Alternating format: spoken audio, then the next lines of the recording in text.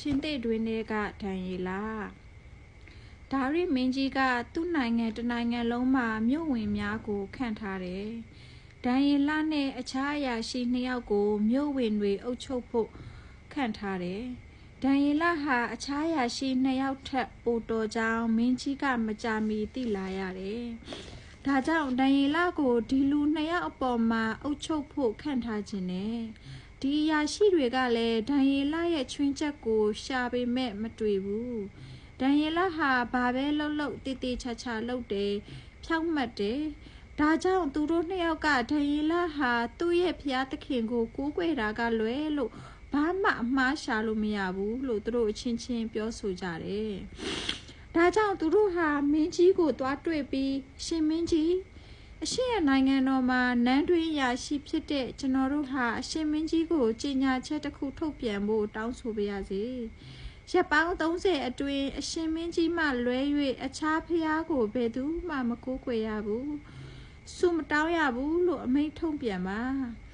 အရှင်မင်းကြီးကိုမကိုးကွယ်ပဲအခြားဖျားကိုဆုတောင်းတဲ့သူကိုတွေ့ရင်ချစ်သေးတွင်းထဲကိုပြစ်ချမယ်လို့အမိန့်ထုတ်ပြန်ပေးပါဒီအမိန့်တော်ကိုအရှင်မင်းကြီးတစိတ်တော်ခက်ရင်ဒါဟာဥပဒေဖြစ်သွားပြီဘယ်သူမှပြင်လို့မရတော့ဘူးဆိုတာကျွန်တော်တို့သိပါတယ်လို့ရှောက်တင်ကြတယ်ဒါရီမင်းကြီးကလည်းသူတို့ပြောတဲ့အတိုင်းတစိတ်တော်ခတ်လိုက်တယ်ဒန်ယေလဟာဒီအမိန့်ကိုကြားတဲ့အခါသူ့အရင်ပေါ်တက်ကိုတက်သွားတယ်ခါတိုင်းလိုပဲယေရုရှလင်မြို့ဘက်ကိုလှည့်ပြီးဖွင့်ထားတဲ့တကားပေါက်နားမှာဒူးထောက်ပြီးဖျားသခင်ကိုတစ်နှစ်3ခါဆုတောင်းတယ်သူ့ရဲ့ရန်သူတွေကသူဖျားရှိခိုးတာကိုတွေးတဲ့အခါသူတို့အားလုံးဟာဒီအကြောင်းကိုအရှင်မင်းကြီးစီတိုင်ကြားကြတယ်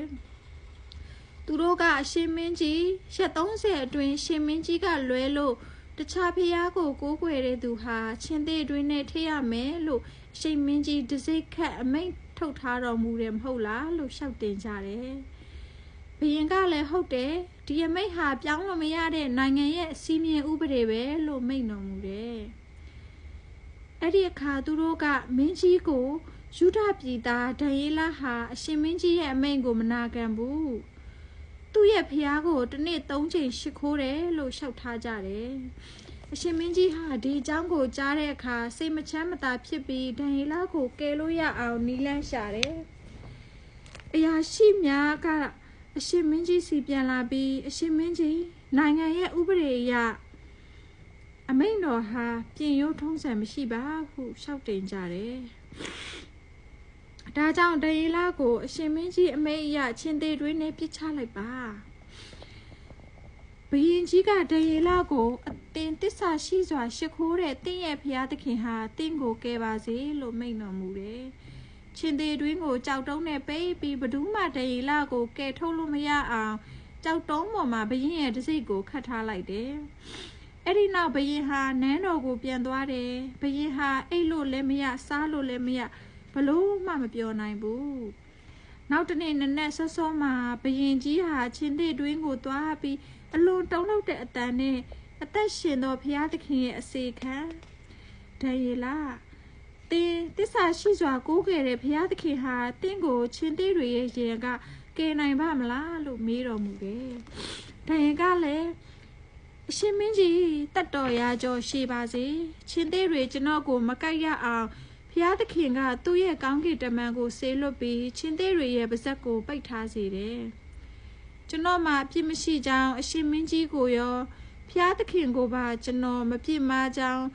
ဘုရားသခင်တည်တော်မူတဲ့အတွက်ကျွန်တော်ကိုကယ်ခြင်းဖြစ်ပါတယ်လို့ပြန်လျှောက်တယ်ဘုရင်ကြီးဟာအလွန်ဝမ်းသာပြီးဒန်ယေလကိုချက်ချင်းခြေသေးတွေနဲ့ထုတ်စေဖို့အမိန့်ပေးတော်မူတယ်ဒါကြောင့်လူတွေကဒန်ယေလကိုတွင်းထဲကဆွဲထုတ်တယ်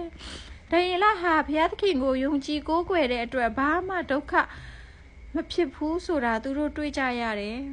အဲ့ဒီနောက်မင်းကြီးကဒန်ယေလကိုပြစ်ရှာတဲ့သူအားလုံးကိုဖမ်းဆီးပြီးသူတို့နဲ့သူတို့ရဲ့သားမယားတွေအားလုံးကိုချင်းသေးတွင်းထဲကိုပြစ်ချလိုက်တယ်သူတို့ဟာတွင်းအောက်မရောက်ခင်မှာပဲချင်းသေးတွေကခုံအုပ်ပြီးအယိုးပါမကြံကိုက်စားလိုက်ကြတယ်ဒါရီမင်းဟာနိုင်ငံတကာကိုတဝင်လွှာစာရေးပို့လိုက်တယ်ဒီစာထဲမှာသင်တို့တာယာချမ်းမြေ့ကြပါစေ ငါရဲ့တိုင်းနိုင်ငံအတွင်းမှာရှိတဲ့လူတိုင်းဒံယေလကိုးကွယ်တဲ့ဘုရားသခင်ကိုကြောက်ရွံ့ယိုသေရမယ်လို့ငါအမိန့်ချမှတ်လိုက်တယ်ဘုရားသခင်သည်အသက်ရှင်သောဘုရားဖြစ်၏အစဉ်မြဲအုပ်စိုးတော်မူမည်သူ၏နိုင်ငံတော်သည်ဘယ်သောအခါမှဖျက်ဆီးခြင်းမခံရသူ၏နိုင်ငံတော်သည်လည်းသူ၏တန်ခိုးတော်သည်လည်းဘယ်သောအခါမှကုန်ဆုံးမည်မဟုတ်ကိုယ်တော်သည်ကယ်တင်တော်မူ၏ကိုယ်တော်သည်ကောင်းကင်နှင့်မြေကြီးပေါ်တွင်အံ့ဩဖွယ်အရာများကိုပြုလုပ်တော်မူ၏ဒံယေလကိုခြင်္သေ့များဘေးမှကယ်တင်တော်မူ၏